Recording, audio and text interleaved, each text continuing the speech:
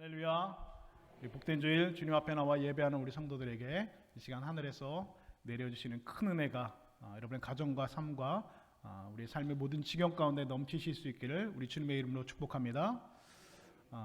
저희가 아이를 키우고 있는데요. 저희 집에 있는 아이들이 굉장히 먹는 거에 진심인 아이들입니다. 그래서 얼마나 먹는 것을 좋아하는지, 저는 뭐 그렇게 진심이지 않거든요. 저는 그냥 배만 부르면 되는데 저희 집 아이들은 무엇을 먹느냐, 얼마나 맛있게 먹느냐, 이게 굉장히 중요한 아이들입니다. 그래서 제가 그 아이들의 부모이기 때문에 이 아이들이 눈빛만 봐도 지금 이 아이가 정말 배고픈 상태인지 아니면 그렇지 않은 상태인지 눈빛만 봐도 알 수 있죠. 맨날 밥을 같이 먹었기 때문에 알 수가 있습니다. 여러분, 우리가 교회 예배당에 나와서 하나님 앞에 예배를 드리는데 목사가 이렇게 나와서 찬송 부르면서 쓱 이렇게 한번 보잖아요. 그런데 안 그랬으면 좋겠는데 여기 한 100여 분도 안 되는 분들이 앉아 계시는데 제가 이렇게 한 2초만 이렇게 쭉 보면 이분은 그냥 오셨구나 라는 분들도 계시고, 이분은 정말로 하나님 말씀에 의해 주리고 목마른 마음으로 은혜를 사모하는 마음으로 이 예배당에 나와 있구나라는 것이 제가 좀 어느 정도는 알 것 같아요. 그렇게 의해 주리고 목마른 마음으로 은혜를 사모하는 마음으로 예배당에 오셔서 앉아 계신 분들도 계시고, 그냥 지난주에도 나왔으니까 이번 주에도 나오고, 이번 주에도 나오니까 다음 주에도 나오고, 그냥 예배당에 나와서 앉아 계신 분들도 사실은 있습니다. 여러분, 목사도 그걸 알겠는데 우리 하나님께서 모르시겠습니까? 이 시간 간절히 바라는 것은 여기 계신 모든 우리 사랑하는 성도들이 정말로 배고픈 마음으로, 하나님 말씀에 배고픈 마음으로, 여러분 그렇지 않습니까? 하나님 말씀이 필요 없는 사람은 아무도 없습니다. 이 설교를 들어야 될 사람은 바로 저이고 바로 나입니다. 이 시간에 나에게 주신 하나님 말씀 통하여서 여러분의 삶이 변화되어지고 우리의 삶이 하나님께 은혜로 채워지고 그 은혜를 붙들고 우리의 삶을 하나님 보시기에 복된 삶으로 읽어가실 수 있는 우리 복된 성도들 다 되실 수 있기를 우리 주님의 이름으로 축복합니다. 어떤 젊은 목사님이 새로운 교회에 부임하셨답니다. 그래서 첫 설교를 하고 있는데 첫 설교를 아주 잘하고 이 목사님이 이제 마지막 설교를 다 축도까지 마치고 앞에 로비에 나가서 교인들과 인사를 나누고 있는데 한 심술궂게 생긴 그 노인 한 분께서 앞으로 목사님께 나와서 악수를 하면서 이렇게 말을 했습니다. 설교할 때 원고를 보고 그대로 읽으면 어떡해? 읽는 것도 시원치 않고 내용도 형편없어. 이 노인께서 이렇게 말씀하시는 거예요. 그 목사님이 이 말을 듣고 나니까 얼마나 이런 마음이 낙심이 되겠습니까? 그것도 교회 부임해서, 새로운 교회 부임해서 첫 설교를 하는데 이렇게 이런 말을 들으니까 얼마나 마음이 낙심이 되겠습니까? 그런데 다행히 바로 뒤에 쫓아서 오는 아주 그 친절하게 생긴 할머니 한 분이 계신데, 이 할머니가 아주 그 아름다운 미소를 지으면서 목사님에게 이렇게 이야기를 합니다. 목사님, 이 앞에 이 영감, 우리 남편인데 이 영감이 하는 말 그렇게 신경 쓰지 마세요. 이 영감은 그냥 다른 사람들 하는 말을 듣고 그냥 항상 언제나 옮기는 사람입니다. 이렇게 얘기를 하더라는 겁니다. 무슨 얘기인지 잘 모르시겠어요? 이 얘기를 들으니까 여러분, 이런 거를 여러분 뭐라고 하는지 아세요? 확인사살이라고 합니다. 확인사살. 한 번 죽이는 게 아니라 2번 죽이는 겁니다. 더 요즘 아이들이 하는 말은 뼈 때리는 말이라고 하죠. 여러분, 세상에서 가장 치명적인 병이 무엇인지 아십니까? 그것은 바로 낙심이라고 하는 병이라고 합니다. 낙심이 여러분 무엇입니까? 한자로 떨어질 마음심, 말 그대로 마음이 뚝 하고 떨어지는 겁니다. 여러분, 그렇게 낙심될 때가 있다는 것이죠. 사람이요, 여러분 태어나면서부터 16살이 될 때까지 자신에 관해서 17만 3천 개의 부정적인 메시지를 받는다고 합니다. 그리고 긍정적인 메시지는 16,000개에 불과하다는 겁니다. 이것을 평균적으로 하루에 몇 개씩인가 계산을 해보니까 하루에 긍정적인 메시지는 2.7개를 받는다고 합니다. 그 3개의 메시지도 못 든다는 거예요, 하루에. 그런데 부정적인 메시지는 하루에 평균 30개의 부정적인 메시지를 사람이 듣는다는 겁니다. 여러분, 그래서 사람은 그대로 그냥 놓아두면 부정적이고 소극적인 성품이 된다는 겁니다. 낙심하고 비관적인 삶을 살게 된다는 것입니다. 아름다운 정원이 있습니다. 아주 아름다운 정원이 있습니다. 이 정원을 망치는 방법이, 가장 빠른 방법이, 여러분 가장 확실한 방법이 무엇인지 아십니까? 그냥 불을 확 질러버리면 이 정원을 확실하게 없애버릴 수 있을까요? 가장 확실한 방법은 그냥 내버려 두면 된답니다. 그냥 내버려 두면 알아서 잡초가 무성하고 알아서 여러분 이 정원이 스스로 망가진다는 겁니다. 여러분 사람이요 그냥 내버려 두면 이렇게 자동적으로 부정적인 사람이 되고 소극적인 성품을 가질 수밖에 없다는 것입니다. 왜 그렇습니까? 10배가 넘는 부정적인 메시지들을 우리는 항상 받으면서 살아가고 있기 때문에 그렇습니다. 그래서 여러분 사람은 무엇인가 긍정적인 것으로 계속 채워지지 않으면 사람은 누구나 다 낙심하게 됩니다. 아무리 믿음이 좋은 사람이라고 해도 낙심이라고 하는 병에 들 수밖에 없다는 것입니다. 이것은 여러분 너무나 자연스러운 현상이고 그대로 내버려 두면 망쳐지는 정원과 같은 것이 사람의 마음, 바로 낙심이라는 병의 실체라고 하는 것입니다. 여러분 모세라고 하는 사람이 있었죠. 이스라엘 백성들이 고기를 먹고 싶다고 막 불평을 하고 모세를 원망하고 울어 제꼈습니다. 그러자 모세가 참다 못해서 하나님께 이렇게 기도한 적이 있습니다. 이 모든 백성을 내가 배웠나이까? 어찌 내가 그들을 낳았나이까? 내게 은혜를 베푸사 나를 죽여 내가 고난당함을 내가 보지 않게 하옵소서. 무슨 말입니까? 이 백성 내가 낳지도 않았고 내가 배웠지도 않았는데 차라리 이런 말들을 내가 계속 듣느니 나를 죽여주십시오라고 모세가 하나님 앞에 기도했다는 것이죠. 하나님의 사람 엘리야도 낙심이라는 병에 들었던 적이 있습니다. 그는 로뎀나무 아래 앉아서 하나님께 이렇게 부르짖었습니다. 여호와여 넉넉하오니 지금 내 생명을 거두어 가시옵소서. 얼마나 낙심했으면 얼마나 마음이 힘들었으면 내 생명을 거두어 가게 해달라고 그 믿음의 사람 엘리야라고 하는 사람도 로뎀나무 앞에서 그렇게 하나님 앞에 부르짖으면서 기도했다라고 하는 것입니다. 아무리 하나님의 사람이라고 해도 아무리 믿음의 사람이라고 해도 이 마음속에 긍정적인 에너지들로 계속 채워지지 않으면 반드시 낙심이라는 병에 들 수밖에 없다는 것입니다. 여러분 이런 기도를 들으신 적이 있는지 모르겠습니다. 하나님 이제 그만 저를 데려가 주십시오. 너무 지쳐서 더 이상 버틸 힘이 없습니다. 여러분 이런 기도 해보신 적이 있으신지 모르겠습니다. 사람이 약해지면 사람이 궁지에 몰리면 사람이 정말로 힘들면 이런 기도 하나님 앞에 할 수가 있습니다. 오늘 본문은 이렇게 낙심에 빠져 있는 사람에 대한 이야기들로 시작을 하고 있습니다. 부활하신 주님을 만난 제자들 이상하게도 별다른 반응을 보이지 않았습니다.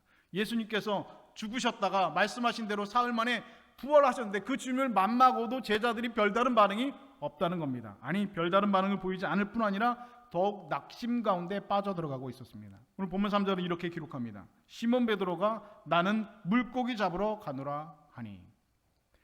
베드로가 예수님께서 부활하신 것을 2번이나 만나고 내린 결론은 무엇입니까? 나는 물고기 잡으러 가겠다는 겁니다.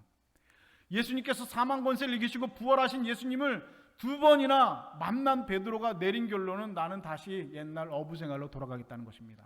예수님께서 그가 물고기를 낚고 있을 때 내가 너를 사람 낚는 어부가 되게 하리라 그 말씀 믿고 예수님 따라 3년을 쫓아다녔습니다. 예수님과 함께 먹고 마시면서 수많은 기적을 보았고 사람을 살려내었고 그리고 예수님과 함께 지내면서 행복한 시절을 보냈던 그 베드로가 부활하신 그 약속대로 부활하신 예수님을 2번이나 만나고 내린 결론 무엇입니까? 나는 다시 옛날처럼 사람 낚는 어부가 아니라 고기 낚는 어부로 돌아가겠다. 나는 고기 낚으러 가겠다 라고 하는 것이 베드로의 결론이라는 것이죠. 우리가 시간을 되돌려 볼까요? 마태복음 26장을 보면 예수님께서 십자가에 달리실 것을 그 마지막 만찬에서 말씀하셨습니다. 그러자 그 말을 들은 베드로가 이렇게 말을 하죠. 모두 주를 버릴지라도 나는 결코 주님을 버리지 않겠습니다. 누가복음은 이 내용을 더 자세하게 이렇게 기록해 놓고 있습니다. 주여 내가 주와 함께 오게도 죽는데도 함께 가기를 각오하였나이다. 무슨 말입니까?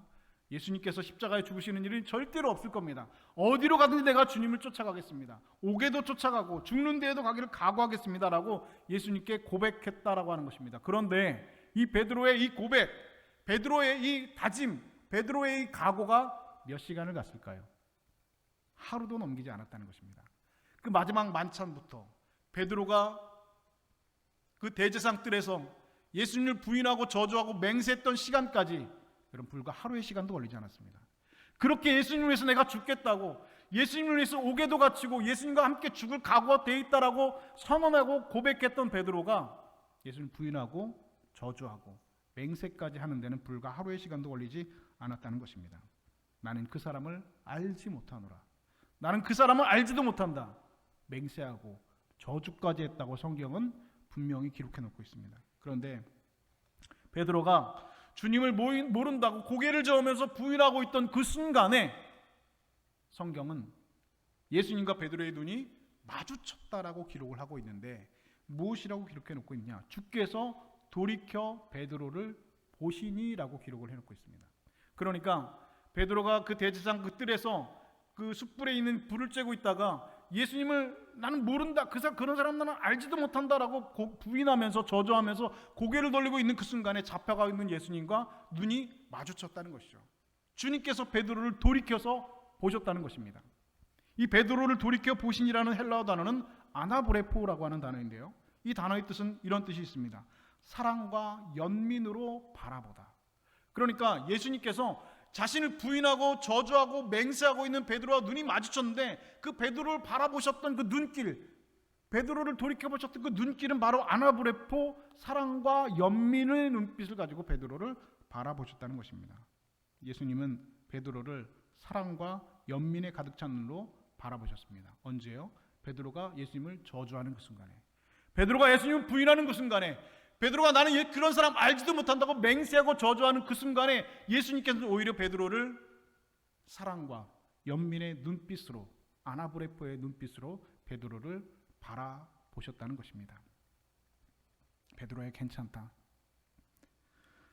나는 내가 누구보다도 마음이 약한 사람이라는 거 잘 알고 있잖아. 내가 이미 얘기했잖니.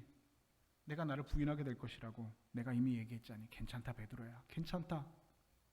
말씀은 하지 않으셨지만 그 메시지를 그 마음을 담아서 사랑과 연민의 눈빛으로 베드로를 바라보셨다는 겁니다. 그리고 그 눈빛을 베드로는 정면으로 바라보았다는 것이죠. 그리고 그 순간 예수님의 눈을 바라본 베드로는 밖으로 나가서 울면서 통곡하였다고 성경은 담담하게 기록해 놓고 있습니다. 그리고 예수님께서는 십자가에 달려 돌아가시고 3일 만에 약속하신 대로 부활하셨습니다. 베드로는 그런 부활하신 예수님을 2번이나 만났습니다. 그런데 부활하신 예수님은 베드로에게 어떤 말씀도 하지 않으셨습니다. 그리고 베드로 역시 예수님에게 말을 하지 못하였습니다. 부활하신 예수님을 2번이나 만났지만 두 사람 가운데는 침묵만이 흐르고 있습니다. 여러분, 베드로의 그 마음이 어땠을까 한번 상상해 보실까요? 내가 예수님을 부인하고 저주하고 맹세하는 그 순간에 예수님께서 사랑과 연민의 눈빛으로 나를 바라보시고 나는 그 눈빛을 바라보는 순간에 밖으로 나가서 통곡하면서 울었습니다. 그런데 예수님께서 정말로 약속하신 대로 3일 만에 부활하셨습니다. 그 예수님을 2번이나 만나보았는데 예수님께서는 나에게 한마디 말씀도 하지 않으셨다는 겁니다. 베드로의 마음이 여러분 어떻겠습니까? 말씀이 없으신 예수님이 더 무섭지 않았을까요? 저는 그랬을 것 같아요. 복잡하지요. 얼마나 여러분 복잡한 마음이 베드로를 짓눌렀겠습니까? 베드로는 예수님에게 더 이상 할 말이 없습니다. 결국 베드로는 이렇게 말하고 말았죠. 나는 물고기 잡으러 가노라. 이것이 여러분 베드로의 고백입니다. 무슨 말입니까? 나 같은 놈, 나같이 쓰레기 같은 놈은 예수님 앞에 설 자격이 없는 사람이라고 하는 말입니다. 그래서 나는 다시 물고기나 잡으러 가겠다는 말입니다. 3년 전 예수님께서 나를 부르셨을 때 내가 너를 사람 낚는 어부가 되게 하리라 예수님께서 말씀하셨지만 나 같은 놈은, 나 같은 쓰레기 같은 놈은 사람 낚는 어부, 나는 그냥 물고기나 잡으러 살랜다 라는 고백, 그 다짐을 지금 베드로는 하고 있는 것이죠. 베드로는 예수님을 모른다고 부인하고 저주하고 맹세하던 그날 밤 자신의 초라한 모습을 자신의 기억 속에서 도저히 지울 수가 없습니다. 그리고 그런 자신을 용서할 수도 없습니다. 그리고 예수님을 부인하는 그 순간 자신을 바라보시던 예수님의 그 눈길, 예수님의 그 눈빛, 사랑과 연민의 눈빛으로 나를 바라보셨던 그 예수님의 눈빛을 도저히 잊을 수가 없습니다. 그래서 부활하신 예수님을 2번이나 만났음에도 불구하고 이 베드로는 다시 옛날 어부의 생활로 돌아가겠다라고 지금 결론을 내리고 있는 것입니다. 여러분, 우리도 살면서 이럴 때가 있습니다. 내가 무슨 자격으로 하나님 앞에 기도할 수 있을까? 내가 기도하면, 나 같은 놈이 기도하면 하나님께서 내 기도를 들어는 주실까? 나 같은 죄인, 나 같은 쓰레기 같은 사람이 하나님 앞에 기도한다고 해서 하나님께서 그 기도 들으실까? 그렇지 않을 것 같아. 내가 얼마나 주님을 실망시켜드렸고, 내가 얼마나 주님을 부인하고 살았고, 내가 삶 속에서 주님을 얼마나 배반하며 살았는데 내 기도 예수님께서 들으실까? 그렇지 않으실 것 같아. 내가 무슨 자격으로 하나님 앞에 다시 설 수 있을까? 내가 예배한다고? 내가 기도한다고? 나 같은 놈은 그럴 자격이 없어. 때로 하나님 앞에 이렇게 참아설 면목이 없어서, 부끄러워서, 염치가 없어서 기도할 용기조차, 예배할 용기조차 나지 않을 때가 있습니다. 저에게도 그럴 때가 있었습니다. 여러분에게는 그럴 때가 없었나요? 그러나 여러분, 확실한 것은 그런 마음이 들 때가 있지만, 그런 마음이 들 수도 있지만, 이런 마음은 여러분 사탄이 주는 마음입니다. 절대로 성령께서 그런 마음을 우리에게 주시지 않는다는 것입니다. 이미 6월절 마지막 만찬에서 누가복음 22장 31절에서 예수님께서는 베드로에게 이와 같이 이미 말씀하셨습니다. 시몬아 시몬아 보라, 2번이나 부르셨어요. 시몬아 시몬아 보라, 사탄이 너를 밀가부르듯 하려고 요구하였으나, 무슨 말입니까? 사탄이 베드로의 마음을 밀가부르듯이 그렇게 무너뜨린다고 예수님께서는 이미 6월절 그 마지막 만찬에서 베드로에게 시몬아 시몬아 2번이나 부르면서 사탄이 내 마음을 밀가루듯이 까부를 것이라고 이미 말씀해 주셨습니다. 여러분, 우리가 낙심될 때가 있습니다. 마음이 저 높은 곳에 있다가 그냥 하늘로 뚝 떨어질 때가 있습니다. 그런데 그렇게 낙심되는 일을 만나도 정확하게 판단은 해야 됩니다. 내가 지금 낙심하고 있는 이 상황, 내가 지금 마음이 뚝 떨어져서 낙심하고 있는 상황을, 여러분, 세상에서 제일 좋아하는 존재가 누구일까요? 하나님일까요? 사탄일까요? 사탄이죠. 여러분이 낙심하고 있으면, 여러분이 낙심해서 고개를 푹 숙이고 다니면 하나님이 좋아하겠습니까? 사탄이 좋아하겠습니까? 확실한 것은 사탄이 좋아합니다. 여러분이 낙심 가운데 빠져 있는 것을 세상에서 가장 기뻐하는 것은 바로 사탄 마귀입니다. 하나님은 우리가 낙심하지 않고 그 낙심의 자리에서, 그 절망의 자리에서 다시 일어서기를 하나님께서는 원하고 계십니다. 누가복음 22장 31절, 사탄아 시몬아 시몬아 사탄이 너를 밀가루듯이 하려고 요구하였으나, 그 다음 절 말씀에서 32절 말씀에 주님께서 이어서 이렇게 베드로에게 말씀하셨습니다. 그러나 내가 너를 위하여 내 믿음이 떨어지지 않기를 기도하였으니 너는 돌이킨 후에 내 형제를 굳게 하라. 예수님께서는 베드로에게 말씀하셨습니다. 예수님은 베드로의 그 믿음이 떨어지지 않기를 위해서 뭐 하시는 분이라고요? 기도하시는 분이라고요. 여러분의 믿음이 떨어지지 않기를 위해서 기도하시는 분이 바로 우리 주님이십니다. 베드로를 돌이키신 후에 그가 다른 형제들을 굳게 세워나가는 베드로의 그 미래의 모습, 베드로의 그 미래의 모습을 바라보시는 분이 바로 우리 예수님이셨다는 것입니다. 다시 말해서 예수님께서는 이 모든 일들을 이미 다 알고 계셨다는 겁니다. 베드로의 그 실망도, 베드로의 그 아픔도, 베드로의 그 눈물과 베드로의 그 통곡도 예수님께서는 이미 알고 계셨고, 베드로의 그 낙심하는 마음도 이미 예수님께서는 알고 계셨다는 것입니다. 여러분의 그 마음, 우리의 그 낙심되는 마음, 그리고 고개 숙이고 절망하는 그 마음을 우리 주님께서는 이미 알고 계시고, 이미 여러분을 위해서 기도하고 계시고, 그리고 베드로의 그렇게 했던 것처럼 베드로가 다시 돌이켜서 다시 일어나서 형제들을 굳게 세워나가는 베드로의 미래의 모습을 보시고 여러분의 미래의 모습을 보시는 우리 주님이신 줄을 믿으시는 여러분 되실 수 있기를 주님의 이름으로 축복합니다. 마가라고 하는 청년이 있습니다. 마가라는 청년이 얼마나 부자였는지, 그가 살던 집이 바로 12제자들이 마지막 만찬을 나누었던, 예수님과 마지막 6월절 만찬을 나누었던 곳이 바로 어디였다고요? 마가의 다락방. 다락방이라고 하는 표현은 좀 한국적인 표현인데요. 이 다락방이라고 하는 표현은 우리 뭐 조그만 그런 다락방이라고 우리가 생각하실 수 있는데, 사실은 여러분 2층을 말하는 것입니다. 2층 집을 말하는 것이 이 마가의 다락방이라는 거. 그러니까 예수님께서 예수님의 제자들과 6월절 마지막 만찬을 나누셨던 곳이 바로 이 마가라고 하는 사람의 2층 테라스였다는 겁니다. 뿐만 아니라 예수님께서 승천하시고 나서 120명의 사람들이 오순절 성령 강림절에 오순절 성령 강림을 체험했는데, 그 사람들이 모여서 오순절 성령 강림을 경험했던 장소가 어디였다고요? 바로 마가의 다락방. 그러니까 여러분 그 사람 집이 얼마나 컸던 겁니까? 120명이 모일 수 있는 정도의 공간이 있는 집, 그 정도의 부잣집이 바로 마가의 집이라는 겁니다. 여러분 집에 몇 명이 들어가서 앉을 수 있습니까?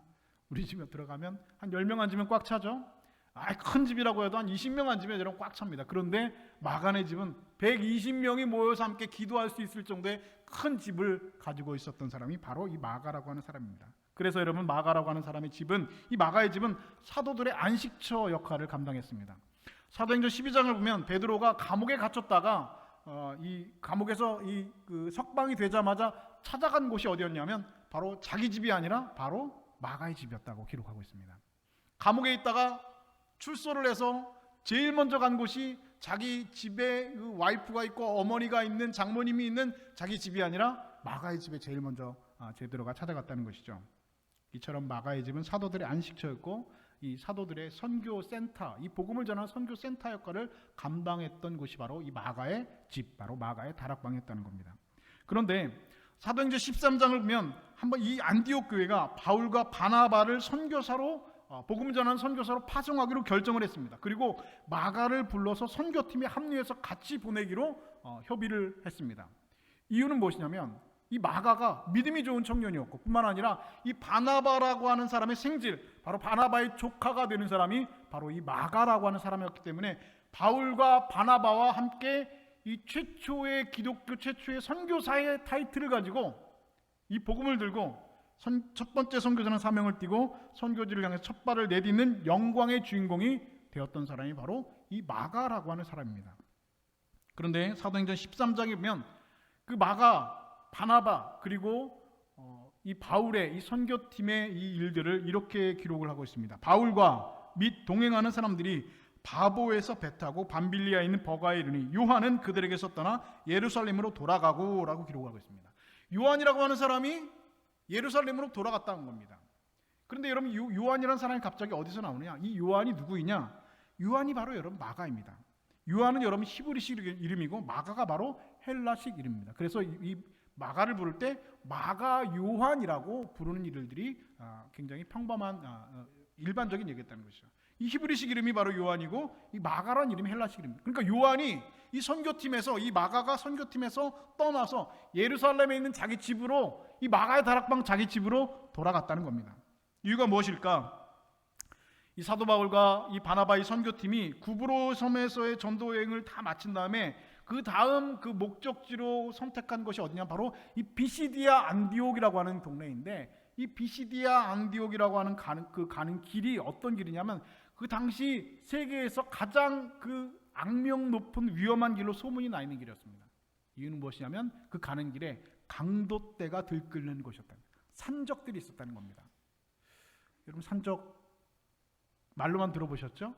네. 예전에, 요즘에는 우리나라는 뭐 치안이 전 세계에서 가장 훌륭한 지역이기 때문에 뭐 산적, 뭐 산에 가서 산적 만날 일이 여러분 없겠지만 불과 여러분 뭐 100년 전, 200년 전만 해도 우리나라에서 여러분 산적대가 산에 숨어 있다가 지나가는 사람들을 해치고 물건을 빼앗는 일들이 비일비재했다는 것이죠. 그런데 이 비시디아 안디옥으로 가는 그 길 여정 가운데 그 골짜기에 이 강도떼들, 산적대들이 넘쳐났다는 겁니다. 수많은 사람들이 그곳에서 목숨을 잃고 재물을 잃는 일들이 있었다는 것이죠. 아주 악명이 높은 길이었습니다. 뿐만 아니라 그 길은 바로 3,700m가 넘는 이 타우루스 산맥으로 아주 악한 아주 험악한 산들로 가로막혀 있는 곳이었습니다.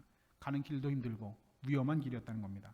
그런데 그곳으로 비시디아 안디옥으로 다음 목적지가 정했다는 겁니다. 그 얘기를 듣고 나서 마가는 덜컥 겁이 났다는 겁니다. 이 마가의 별명이 하나 있는데 그 별명이 뭐냐면 잘려진 손가락입니다. 그러니까 무슨 일인지 성경에서는 알려져 있지 않지만 아마도 이 구브로 섬에서 이 전도 사역을 하다가 어떤 일로 인해 사고로 이 마가가 손가락 하나를 잃어버렸던 것 같습니다. 그런데 이번에는 이 비시디아 안디옥으로 가는 길을 내가 따라가면, 이 선교팀을 그냥 따라가면 이번에는 손가락이 아니라 목이 잘릴 수도 있겠다라고 이 마가는 생각했다는 겁니다. 그래서 마가는 도망갔습니다. 떠나갔습니다. 어디로 갔습니까? 자기 집으로 갔습니다. 집에 가면 부잣집에 종들이 있고 엄마가 해주는 맛있는 김치찌개가 있고 종들이 해주는 그런 아주 좋은 집이 있는데 내가 지금 여기서 무슨 고생을 하고 있나? 손가락 하나 잘렸는데 이번엔 목이 잘릴 수도 있겠구나.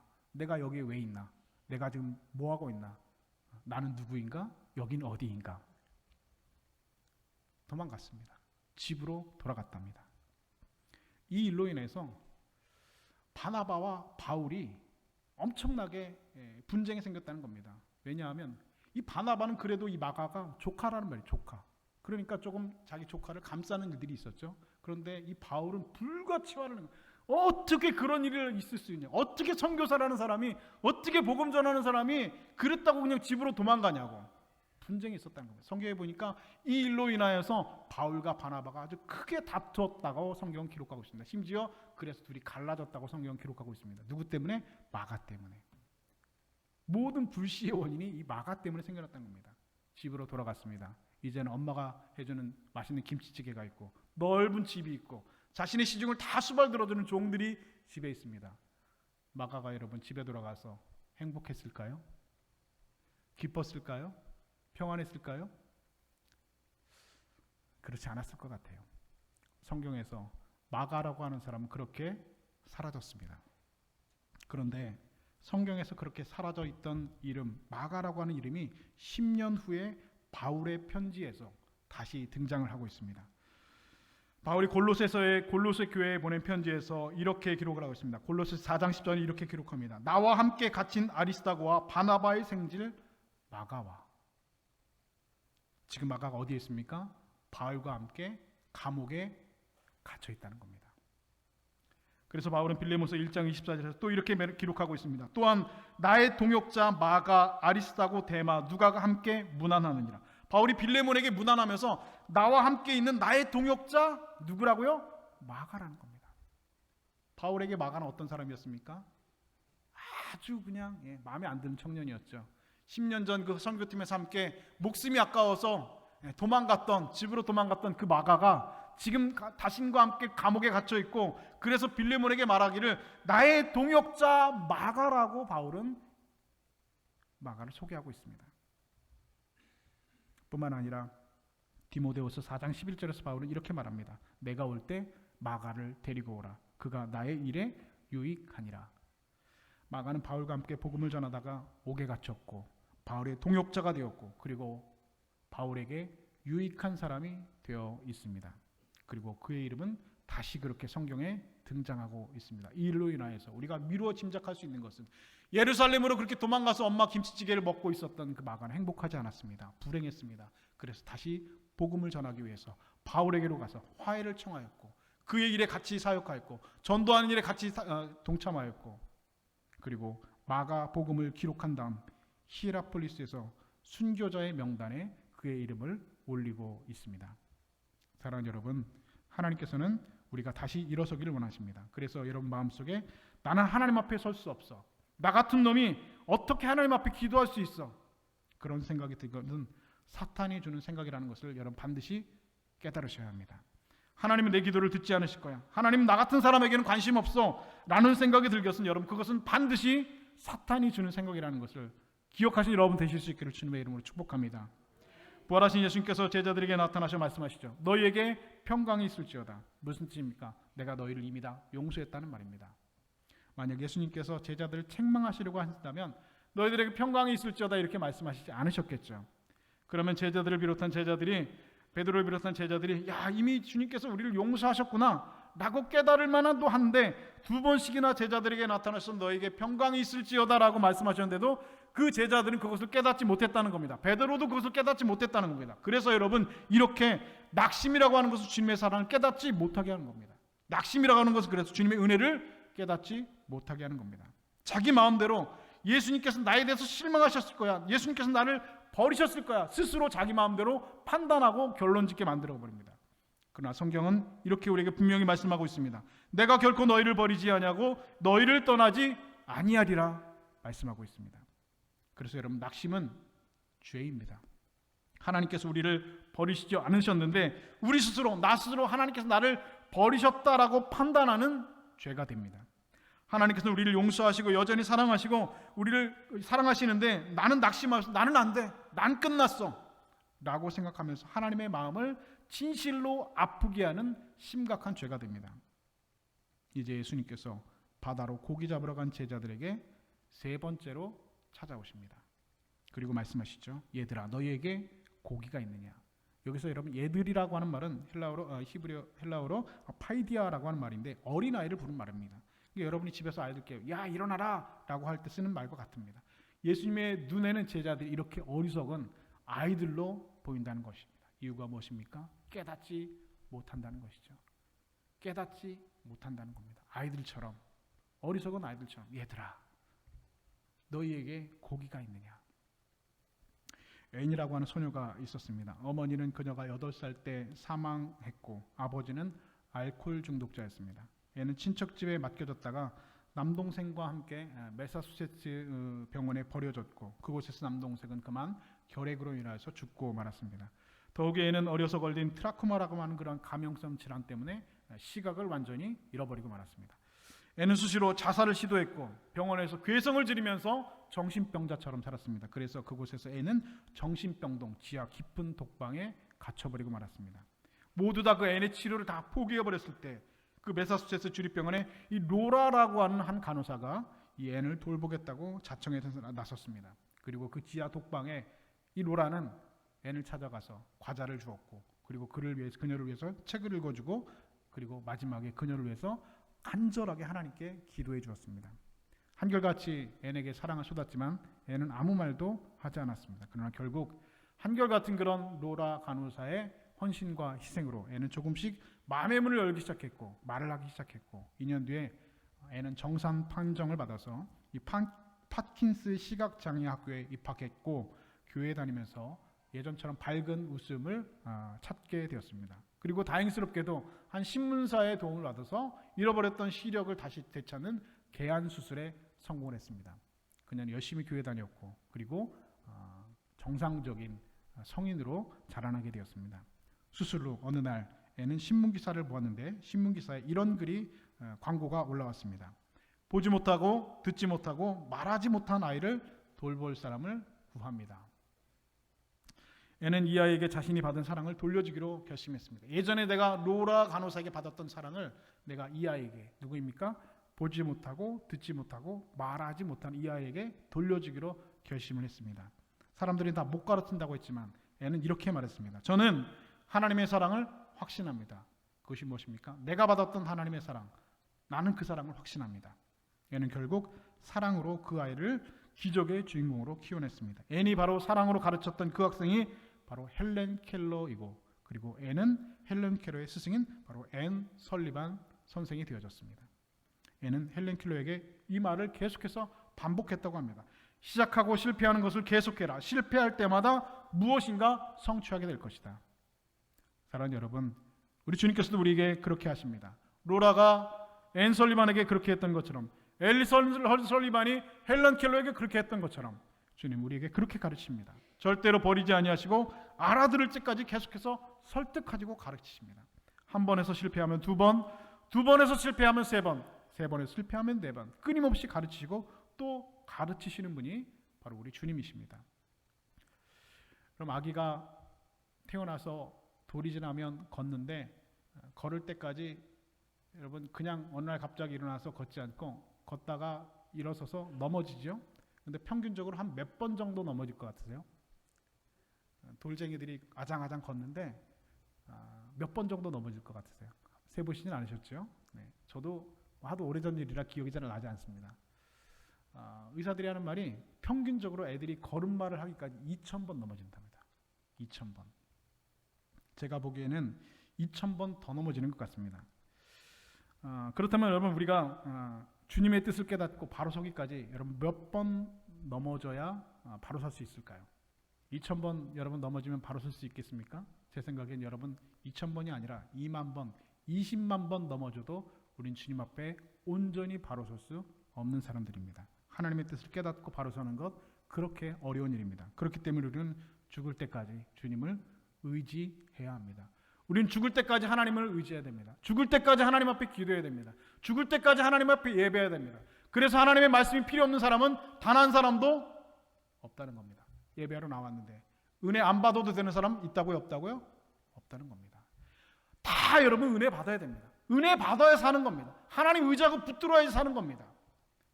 그래서 저는 마음이 안타까워요. 예배드리러 나와 있는 분들인데 이게 쓱 보니까 그냥 있어요. 이분은 나를 다 찬송하는데 혼자. 제가 2초만 안 되니까요. 하나님 모르실까요? 안타깝습니다. 이분도 은혜 받아야 되는데 이분은 왜 그냥 나와서 그냥 앉아 있을까? 왜 있을까? 왜 그냥 나와 있을까? 왜 은혜를 사모하지 않을까? 왜 이분 갈급하지 않을까? 왜 배가 고프지 않을까? 왜 은혜가 고프지 않을까? 그렇게 살만한가? 그렇게 하나님의 은혜가 필요하지 않은가? 저도 안타까운데 여러분 주님은 어떠실까요? 목사도 안타까운데 하나님은 어떠시겠습니까? 여러분 우리 죽을 때까지 넘어져야 됩니다. 죽을 때까지 하나님 의지해야 됩니다. 사랑하는 여러분, 그 하나님 붙드시고 은혜를 사모하시는 여러분 되실 수 있기를 주님의 이름으로 축복합니다. 한 번 실패하면 두 번, 두 번 실패하면 세 번. 오늘 주님은 베드로를 3번 찾아오셨습니다. 베드로의 그 마음을 다 알고 계셨습니다. 베드로의 모든 아픔과 그의 눈물, 그의 통곡을 이미 예수님께서 다 알고 계셨습니다. 여러분의 마음, 예배당에 지금 나와 있는 여러분의 마음, 우리 주님께서 여러분보다 더 잘 알고 계십니다. 하나님의 일을 사모함으로 하나님 의지하고 다시 일어서신 여러분 되실 수 있기를 주님의 이름으로 축복합니다. 주님께서는 우리의 연약한 모습 그대로를 받아주십니다. 내가 나를 위해 목숨 버리겠다고 펄펄 뛰지 마라. 그거 오래 가지 않는다. 하루도 가지 않는다. 지금 오히려 그 내 모습 이대로 나는 주님 앞에 설 자격도 없는 쓰레기 같은 사람입니다. 나는 그런 죄인입니다. 그렇게 낙심하는 모습, 그렇게 절망하는 모습, 그 모습 그대로 주님 앞에 나온다면 내가 너를 그렇게 있는 모습 그대로 사용할 것이다. 주님께서 말씀하십니다. 간절히 바라기는 지금 이 시간 그 주님의 잔잔한 그 음성을 모두 들으시는 저와 여러분 다 되실 수 있기를 우리 주님의 이름으로 간절히 축원드립니다.